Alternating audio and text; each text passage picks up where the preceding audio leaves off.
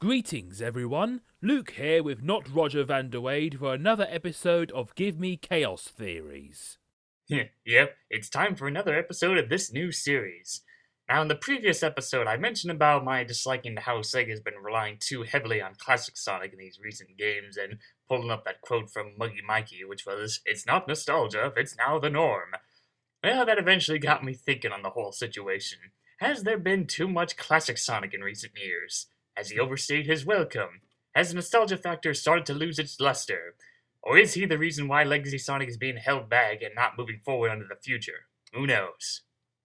There is an interesting quote from Mad Men that I remember the Kaz Blade brought up in his Problems with Sonic Forces video, and that was, "Nostalgia is delicate, but potent." So depending on how nostalgia is used, it can have a positive and negative side to it, like one side would be, "Oh wow, Green Hill Zone, I remember that, it's so nostalgic."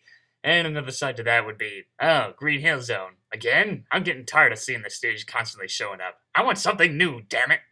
I'm not much of an expert on this, but I can understand how nostalgia has a positive and negative effect. So in this episode, we'll be discussing about the main console games, specifically from Sonic 4 up to Sonic Forces, and see if Sega has been doing too much nostalgia pandering, as the internet has been calling it nowadays. Ah yes, Sonic 4, a game that was revealed to be a continuation of the Genesis games, with Sonic's current design, and all hell broke loose in the fanbase, as well as the birth of people being prejudiced against anyone with green eyes. I personally feel like this was the starting point of Sega relying on nostalgia more, and it's pretty obvious this game has an overdose of nostalgia with enemies and stuff. One change that I liked about it was that the special stages that are ripped out of the first game. Now, the original special stages in Sonic 1 always gave me a headache. Just the way you had to move around in a spinning maze constantly while the background always kept moving and changing always screwed me up back then. But now this time you can control the maze itself, which feels more comfortable to my taste, despite the overabundance of bumpers the latest levels get. And of course, we all know how the game is not the most well-received game out of the bunch. Most of the drama is really stupid, like hearing them ranting over green eyes and their attempts of boycotting a Sega game by buying multiple copies of another Sega game. Bloody idiots. But if you look hard enough, there are some legitimate complaints as to why nostalgia works against this game. I mean, with a name like Sonic 4, you'd think we'll see brand new levels to explore and brand new enemies to fight, while adding a few elements from the past. But instead, they just recycle enemies and bosses from the past instead of making new ones. And the levels just look like previously made levels, just with a different name tacked on. Even though it takes place after the events of Sonic and Knuckles, the story itself is non-existent in this game and doesn't add much to Sonic's past. The levels might look neat, but they don't really add much. I mean, you look at Splash Hill Zone, and the first thing that comes to your mind is Green Hill Zone. It's like, well, why didn't they just use Green Hill Zone and not this cheap copycat? It's not like in the first stages for Sonic 2 and 3 where they have some elements of Green Hill, but still manage to add some flavor and style to it that it becomes its own thing. But here it's just the same checkered patterns with the same loops, with the same green grass, with the same enemies taken straight from the first game. The only new thing they added in was a vine swinging, but even a small gimmick like that is just not enough to win people over and saying, "Hey, I've never played this level before, it feels so new and different." And just like what Luke said, the name feels like a letdown. If the game was rebranded with a different name and labeled as a spin-off game, like, say, something like New Super Mario Bros., then it probably wouldn't get that much backlash that it did. But of course, now we have Sonic Mania, and everyone's saying that's the real Sonic 4, and I wouldn't be surprised if Sega confirmed this as just an excuse to sweep the original Sonic 4 under the rug. It's the Sonic game that everyone wants to kill me over! All because I don't like it. Well, in this game, the nostalgia factor is toned down greatly. The visuals and level designs are a little more different, and the game itself is definitely a lot more platform heavy rather than speed. Only a few badniks from the past show up in the game, specifically those racing segments with the motor bugs. And the cast of characters in the story are also like the Genesis games, only including Sonic, Tails, and Robotnik. Well, unless you count the DS version, which features all of Sonic's friends, even though they've been reduced to the whole do the mission and get a cookie role.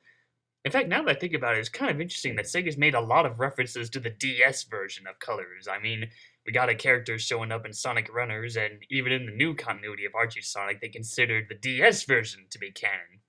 But enough about that. So, in the end, Colors is not as big as Sonic 4 with the nostalgia pandering, just a few little nods here and there. But even so, I still don't like the game for a numerous amount of reasons. But let's just move on, because people are already getting tired of me bringing up Colors. Ah yes, Sonic Generations. The hype for this game was all over the place, although it didn't help that Sega was spoiling everything about this game in their trailers.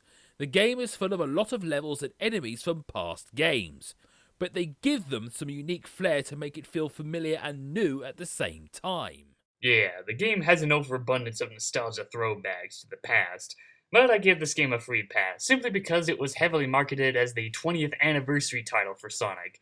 Little celebration of his past and present time, so in terms of visuals, it's nice. I like seeing the classic Badniks getting those slightly modified updates, like how Motorbug and Buzz Bomber still look goofy but have a more menacing look to them.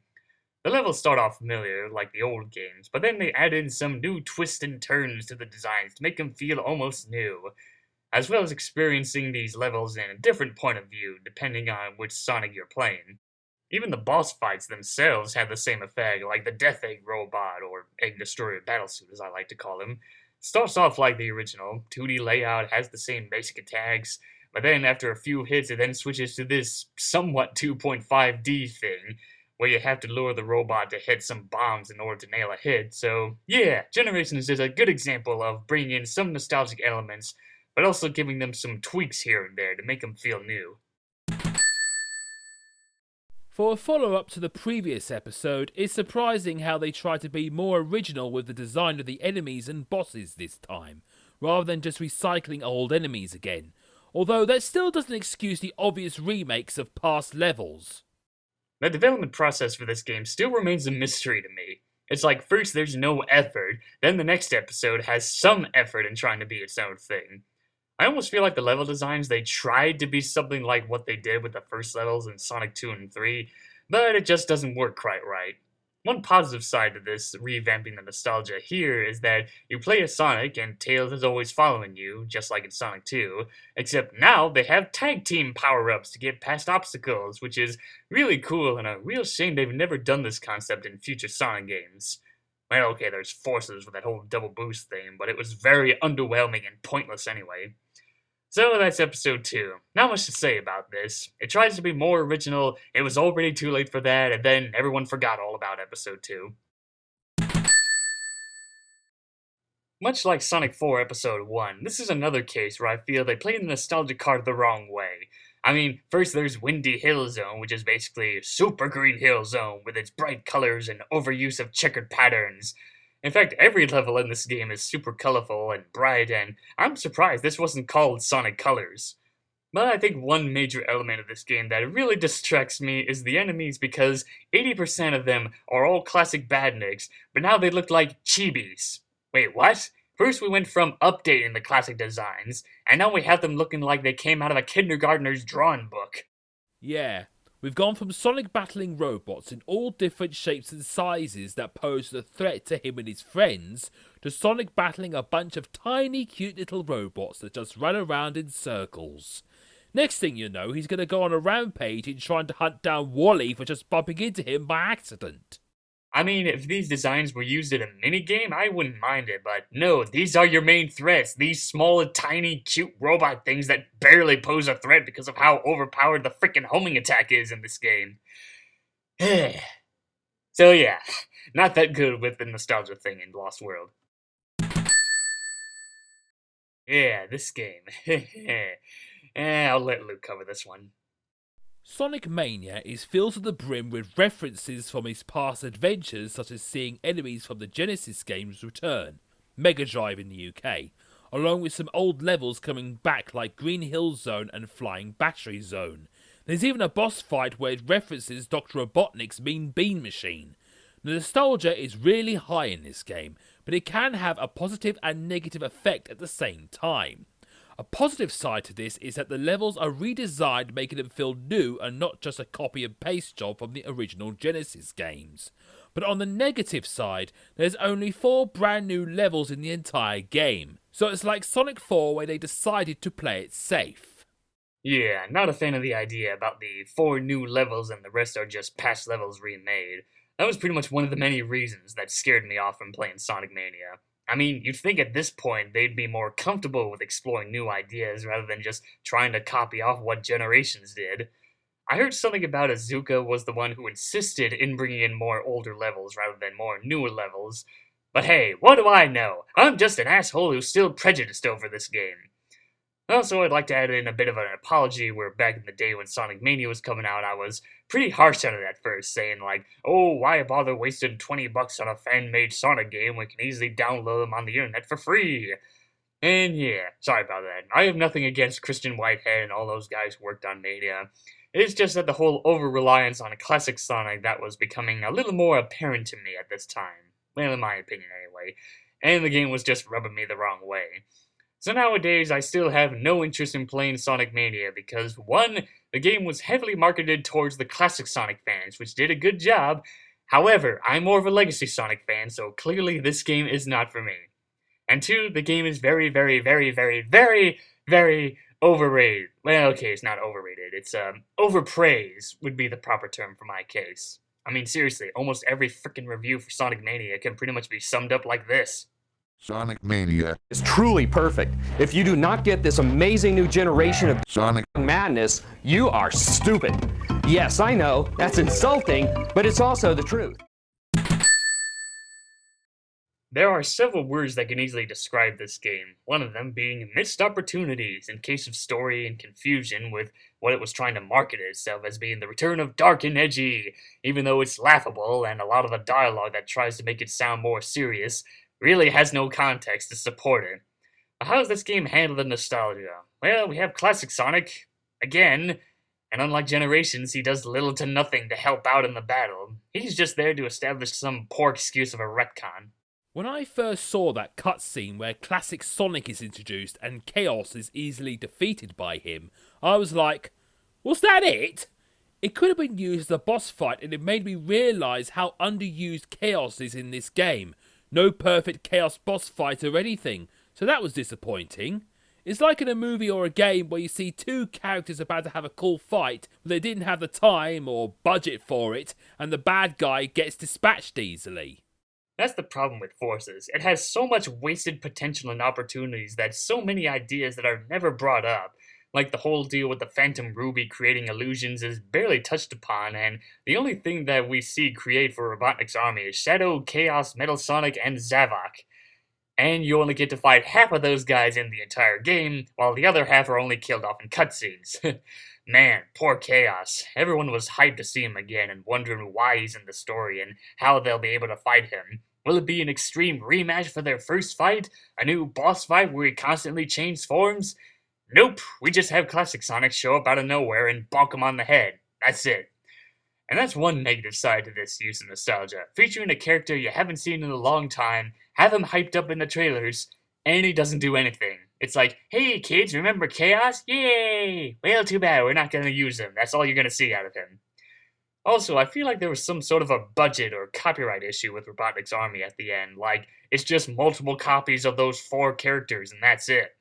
I think it would have been cool if Robotnik used the Phantom Ruby to bring in more stronger foes, like Perfect Chaos and BioLizard, and maybe a handful of final bosses from the previous games that could run on their own without the aid of Robotnik. Another thing that adds to this confusion is that unlike Generations, Forces wasn't advertised as an anniversary game, and it was alongside Mania that were supposed to be released for its anniversary, but they came out a year late, and yeah, it leads to a bit of confusion, like, which one is supposed to be the real anniversary title? Forces? Mania? Both of them? None of them? I don't know. And to me, it looks like Sega doesn't even know either. And again, Classic Sonic really has no purpose and no point in being in this game. It feels like at this point in time, Sega is just like, who cares? They'll buy anything with that fat bastard's face printed on it. Well, in a way, it kind of feels like comparing Doctor Who crossovers, the 3 Doctors and the 2 Doctors, if Classic Sonic was Patrick Troughton. In the Three Doctors, Sonic Generations, it made sense as it was an anniversary special and you see them both working together to save time and space.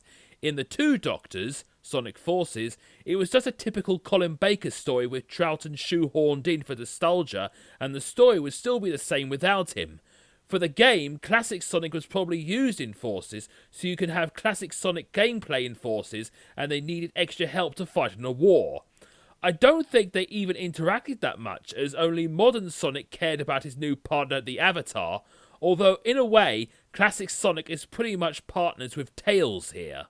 Yeah, that whole quote-unquote bond that Tails and Classic Sonic has was pretty creepy and just rubbed me the wrong way. I mean, after Tails finds out, oh, my Sonic is alive, and that's it. It's only one scene. Throughout the rest of the game, he's constantly gushing over Classic Sonic.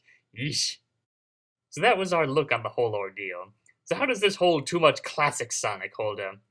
Well, in physical terms, Classic Sonic's only showed up in Generations and Forces. He hasn't showed up in every main title.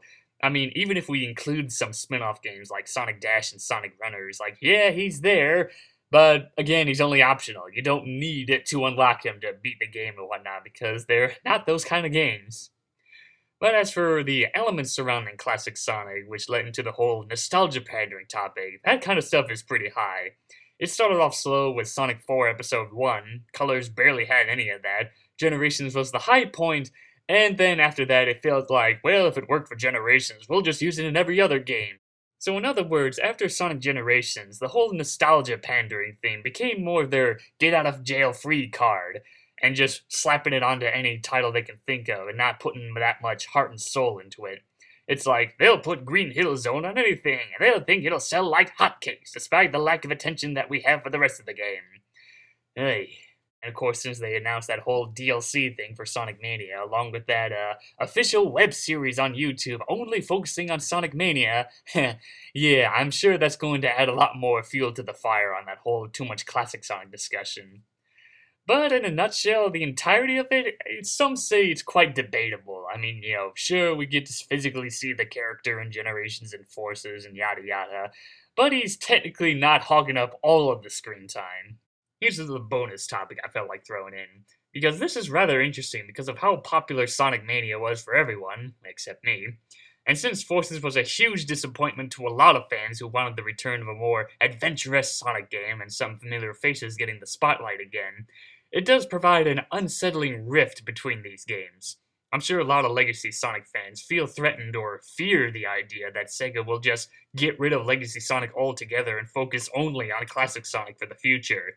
It's like, well, nobody likes Sonic Forces, and since Sonic Mania was a success, let's just get rid of him and only focus on Classic Sonic. He'll be the biggest cash cow since Call of Duty. Hoo-hoo!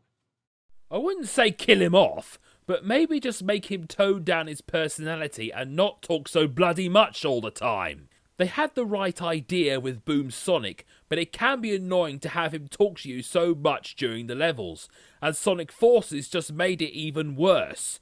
It's like having that one friend who drives you crazy because he never shuts up.